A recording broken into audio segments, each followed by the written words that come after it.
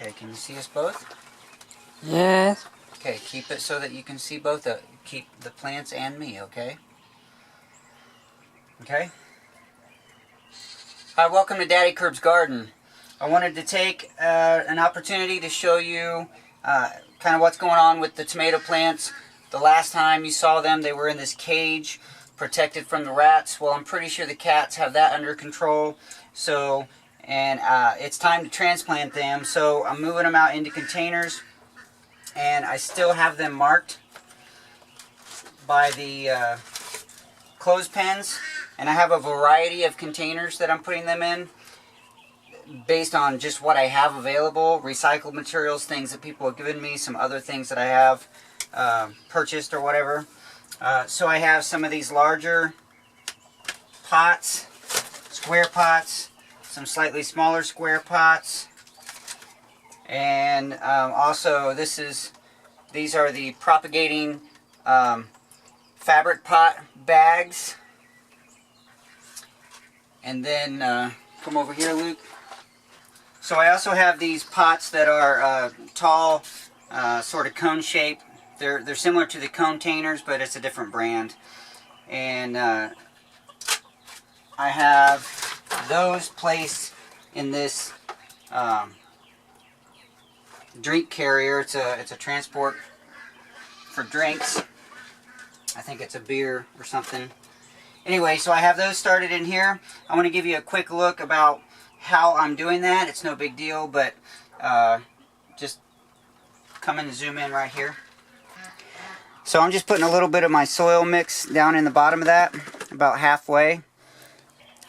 And I'm grabbing one of my tomatoes. These are the last variety. And these are the red cherries. And I'm just dropping it right down in there. Kind of holding that stem upright and dropping the soil mixture around it gently, trying not to damage the tomato plant itself. Giving it a slight little pack with my fingers, putting a little more. And this is sand and compost and coconut coir. That's my mixture that I'm using right now. Okay, so then I just pack that in. And I'm on this one here, I'm labeling across the rows because I don't have a perfect 6 in line like I did in the other container. So that's a real quick show and an update about how I'm doing my tomatoes. And as I plant them, just a note, I'm planting the seedling deeper so that the soil actually comes up over the stem, because the tomato root will come out of the stem. Wherever the stem is buried, there will be roots. So we're going to move on out, and I'm going to show you something else that's going on in the duck coop. Now we're over in the open area of the large duck coop. April the goose may not let me talk. She likes to talk over me. But I've been wanting to show you this.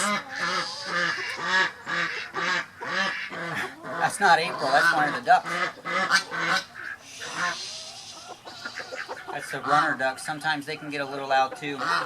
So in the main area here, one of the challenges I have for the ducks is that in the summer it gets really hot, so they need shade.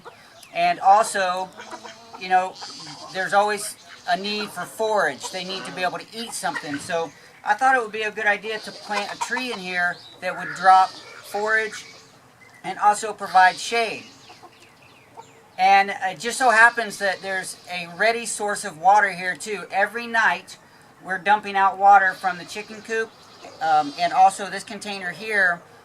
So I thought, well, instead of just pouring it in and around a tree, I'm going to dig out this donut shape. And I planted the tree in the middle of the donut. So it's kind of raised. It's actually the elevation of the ground.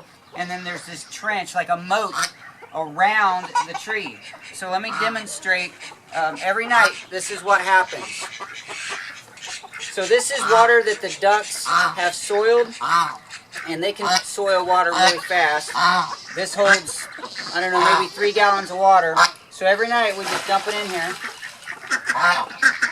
and that water circles around, because this is This is pretty much level. It may be slightly off, but it's pretty much level. And that water is just going to sit and soak into the base of this tree. Now, eventually I'm going to fill this up with leaves or mulch or something so that I don't have this trench. I just haven't got to that yet, and I really didn't want to get to that yet until I could show you, because I wanted to demonstrate how just sculpting the land a little bit and using the resources that are available. I could consider this wastewater and just dump it out on the ground and let it soak in wherever, but then it would be wasted. It wouldn't be going to any purpose. This way, this tree gets a good dose of water every night. Not too much, not too little. And you can tell already that this tree is doing amazingly well. I'm going to show you the difference between this tree and one that is exactly the same tree, the same age, only this one has been transplanted into this system and the other one is still in a pot in the greenhouse. So take a look at this tree right here. These leaves are full and green and healthy, and this tree is fully leafed out. And it's already grown a couple inches since I planted it. You can see this is all new growth. We got probably 3 inches grown on the top of this tree. We're going to go back into the garden. I'm going to show you one that is the same age and the same type, but it hasn't been potted yet. I mean, it hasn't been planted yet. Okay, back over here by the greenhouse. Take a look at this mulberry tree. This one is the same variety, the same age, planted. It was planted in the pot at the same time that one was. That one has been in the ground for about a month, and this one is still in the pot that it was put in last season. Now this one's starting to get leaves, but you can see that it's not nearly as happy as the one that's in there. It gets water, but the roots are still confined to this bucket, whereas that one is now in a place where it's going to benefit from the roots being in soil, and they're able to spread out, and it gets that nice dose of nutrient-rich duck water every night. That's a pretty interesting difference between those two plants. One last update before... Come on, April. You got to give me a break here.